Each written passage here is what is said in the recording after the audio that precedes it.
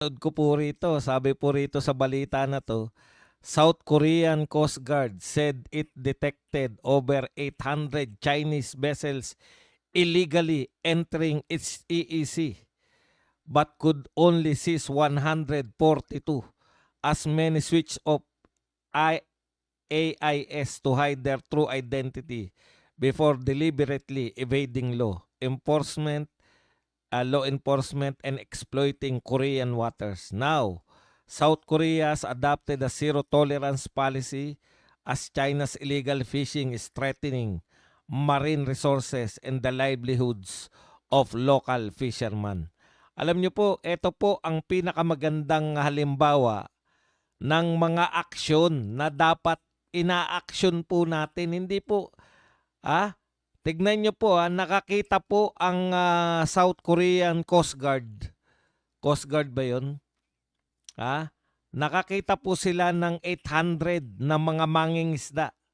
800 Chinese vessels.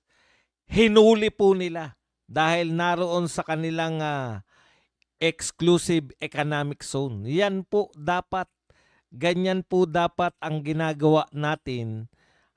Hindi po yung preskon lang ng preskon. Wala pong silbi yan eh. Kung gusto mong ipagtanggol ang iyong West Philippine Sea, umaksyon ka. Biruin mo sa 800 na yun, nakahuli ang Korea, yung South Korean Coast Guard ay nakahuli po sila ng 142. Oh, hindi po ba? Ngayon, pangatawanan po natin. Ang problema kasi sa atin, dinadaan lahat sa preskon. Dinadaan lahat sa mga pagpapaawa. Oh, kawawa naman kami, nilulusob kami yung international waters namin. Oh, panay tayo sumbong. Oh, di po ba? Yan ang magandang halimbawa ng dapat ginagawa ng Pilipinas. Kung gusto talaga natin na ayaw nating makipagkaibigan, gusto nating makipagmatigasan tayo ng totohanan. Hindi yung matigasan natin kunwari, pero in fact, nagmamakaawa lang tayo sa mas mayayamang bansa. 800 po yung mga Chinese vessels. Tayo, may isa lang tayong makita, talagang press conference na ito, inaapi kami. Hulihin nyo. Kung hindi natin kaya, manahimik. Pero kung dapat naman talaga ganyan eh. Lahat po ng bansa sa Southeast Asia. Tayo lang po yung reaction ni mag-press conference. Pag binomba po, water cannon po, yung lahat po ng bansa sa Southeast Asia, may water cannon yung kanilang mga Coast Guard. Pag winater cannon sila, water cannon din nila.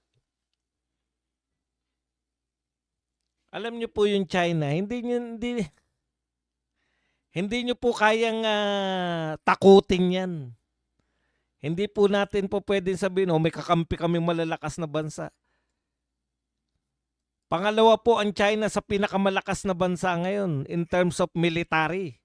Paano mo tatakutin yan na pangalawa lang sa US na pinakamalakas na bansa?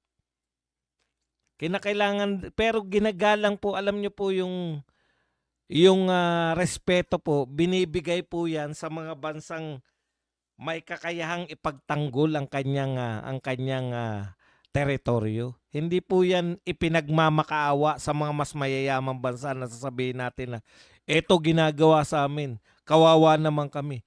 Tulungan nyo kaming mga Pilipino dahil inaapi kami. Hindi po uso yun. No? Pag tayo ngayon, napakatagal na kasi. Napakatagal nyo nang inaalagaan niyang. Simplihin lang po natin. Sabi nga ni Robin, wala tayong kalaban-laban kung tayo po'y makikipagmatigasan dyan. Simplihan lang natin. Gusto ba natin silang kaibiganin o ayaw? Para alam ng mga Pilipino.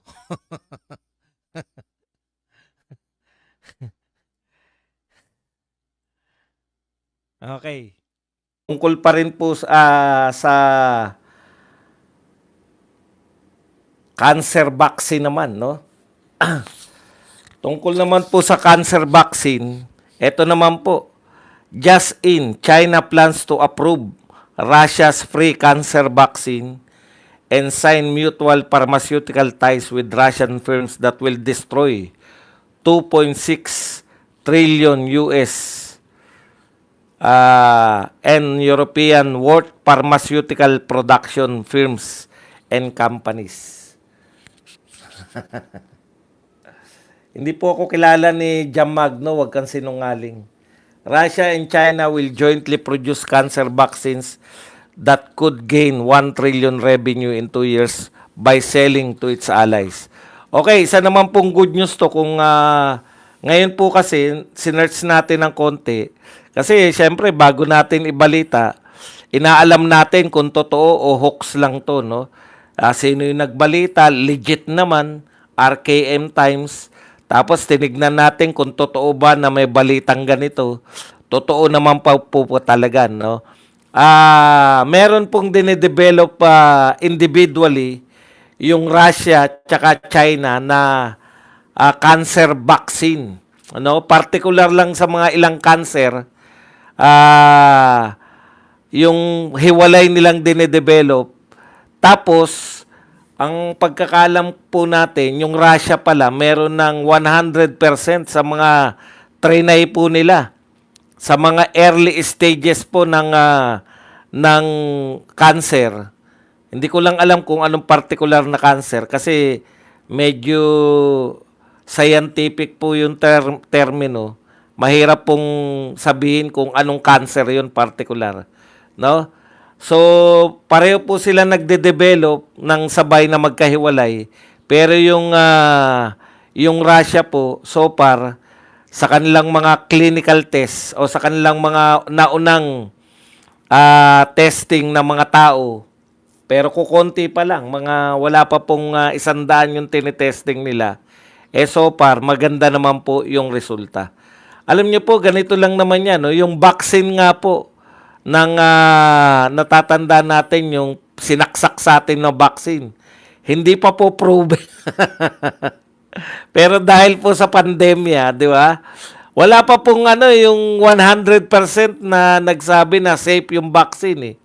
Pero dahil pangangailangan po, lakasan na lang ng loob, di ba? Kailangan nating magpabakuna noong panahon ng pandemya eh.